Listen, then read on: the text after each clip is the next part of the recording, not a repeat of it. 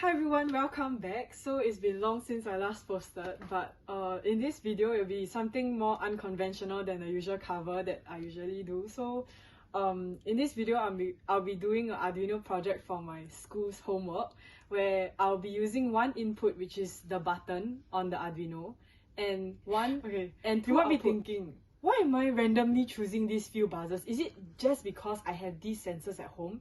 Okay, actually there is a backstory behind it, right? So the project task was supposed to be something simple but useful. And basically, you know, when I went home one day, right, I tried to turn off the light, okay, and then it turned off successfully, right, for the white light that I used to love in my toilet. But when I tried to turn it back on, I realized that some water or like some faulty wire issue has made the white light no longer useful, and hence I must live with the yellow light in my bathroom that I really don't like. So therefore, this inspired the project. Okay, I guess it'll work.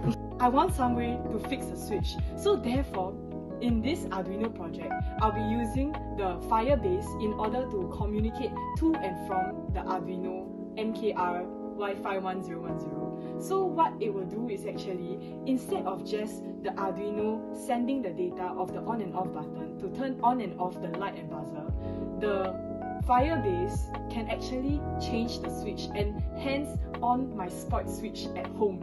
So this will allow me to solve my life issue of using yellow light by using white light finally. So hope you guys like it.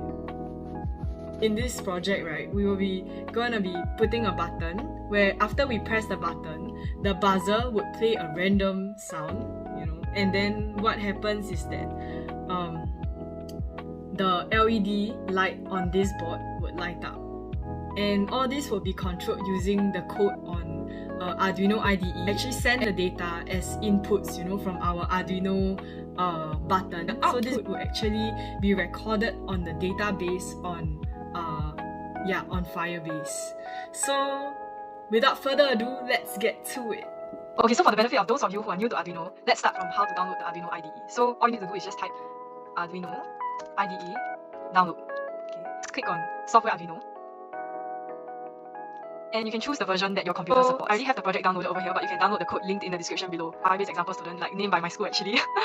Yes! Okay, SUTD, woohoo! Okay, so basically what I did was, I included a few of the libraries. So you know how I said Arduino was a very open source kind of technology, right? So many of the libraries are already created by people out there. All you need to do is just render it, you know, take it into your code. So like, yeah, what you need to do is just include the libraries over here. And what it means is like, you have to download the library from like online or from this thing called the include library and manage libraries. So when you press manage libraries, it actually brings you through like what are the different libraries in the Arduino interface itself for you to download internally. Okay, so what we do is we press upload. So what the IDE will do is it will compile the sketch, as you can see here, which means it's like verifying if like all your code is alright, you know, and then if there's no errors, then it should be able to upload to your Arduino board.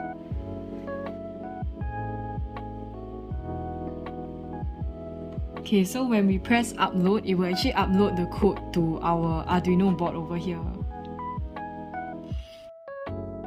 More icon at the top, which is a serial monitor. So it's attempting to connect to my house network right now. And we go to our, you know, database. You see, suddenly they came up with this thing, random woo, which is the variable of the variable name of like the path that we indicated just now in the setup. So when we press, it actually shows us that our LED is 0, which is correct because like our LED have not light up yet because we haven't pressed the button, right? Okay, so I'm gonna show you something cool now. Okay, so let's say I press this button. When I actually press it multiple times, the database will automatically detect it in real time. You see, the color turns green and another object of a timestamp appears. So one more time.